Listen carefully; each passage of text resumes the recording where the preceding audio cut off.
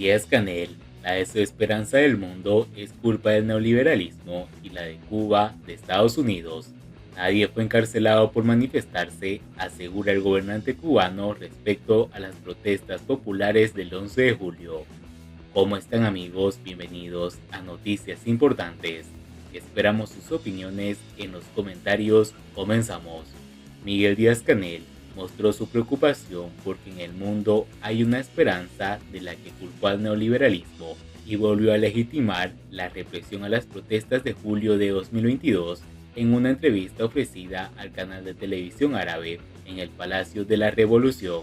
El mundo está viviendo una situación muy difícil. En el mundo hay mucha desesperanza. Es un mundo de mucha incertidumbre. Acabamos de pasar una pandemia que quebró los paradigmas del neoliberalismo, sostuvo el títere castrista. Según el gobernante cubano, ante el mundo ha visto que el neoliberalismo no es capaz de resolver con igualdad y con inclusión para todos los problemas de la pandemia. Aprovechó la oportunidad para señalar además que los sistemas sanitarios de los países capitalistas más desarrollados quebraron. Sin embargo, en octubre de 2021, el gobernante reconoció que con la pandemia se había visto que la salud en Cuba no estaba tan bien, aunque los cubanos han denunciado los problemas del sistema de salud en la isla desde hace décadas. Durante la pandemia, Cuba vivió un colapso sanitario que fue denunciado por el personal de salud, pero el régimen aprovechó la situación internacional para reactivar su negocio de exportación de médicos esclavos. Ante la pregunta sobre las protestas antigubernamentales del 11 de julio y de su propio llamado a la represión, que su entrevistador describió como una actitud firme, Miguel Díaz-Canel dio un largo discurso en el que culpó al embargo de Estados Unidos de la crisis económica que atraviesa Cuba. También reiteró que el gobierno de Estados Unidos estaba detrás de las manifestaciones. 2019 es el momento en el que la administración de Donald Trump declara más de 243 medidas contra la revolución cubana, que recrudecen el bloqueo, dijo tras referirse a las generaciones de cubanos que han vivido bajo la presión del embargo.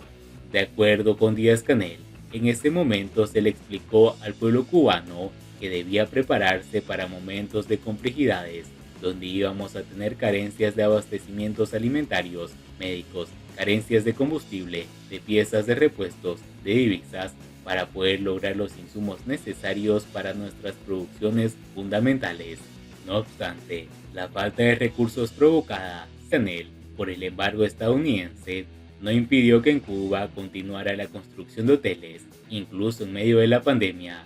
El panorama descrito por el gobernante tampoco frenó la implementación de la llamada Tarea de Ordenamiento en 2021, mientras que el país era azotado por el coronavirus. El régimen tuvo que reconocer en 2022 que esa medida había empeorado la vida de los cubanos.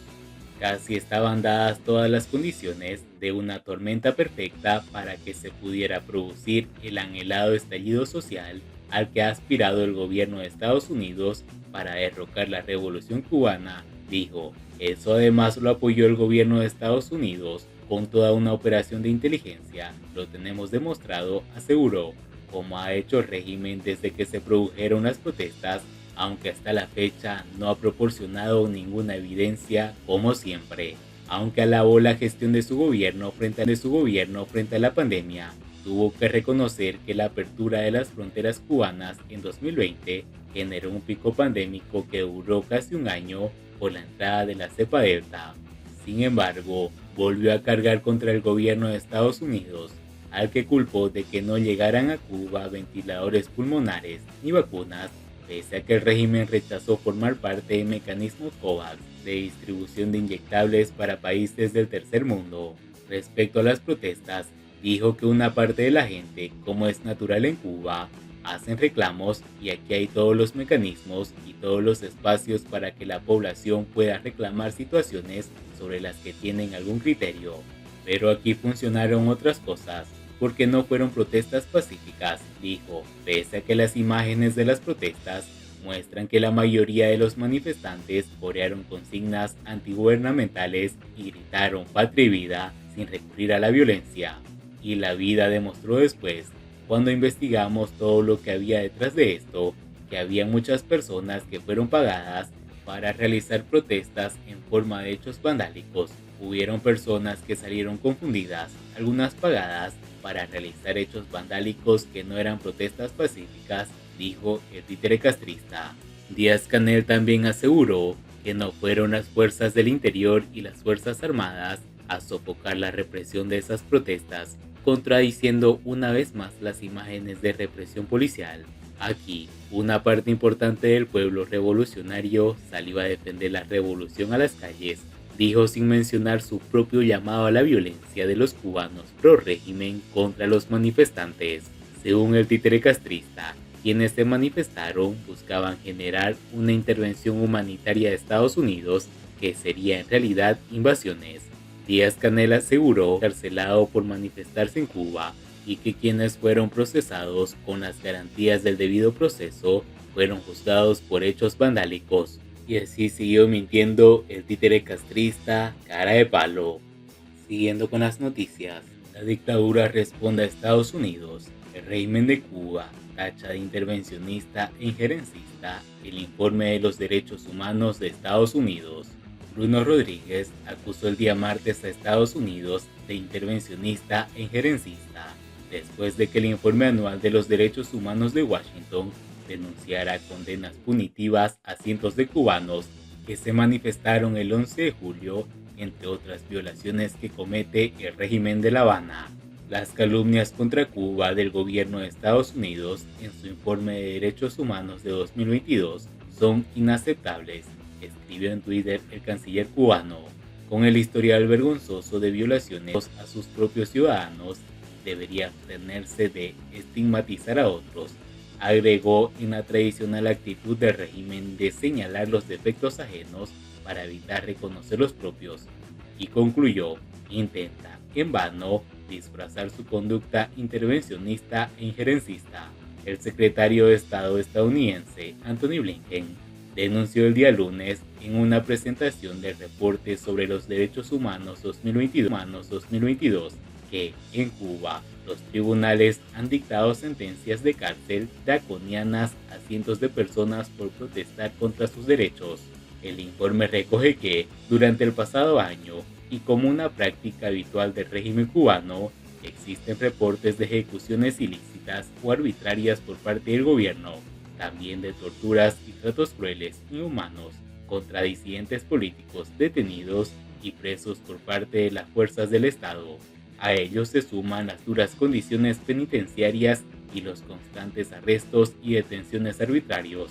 El reporte señala los serios problemas que tiene la independencia del Poder Judicial para juzgar con imparcialidad a los cubanos.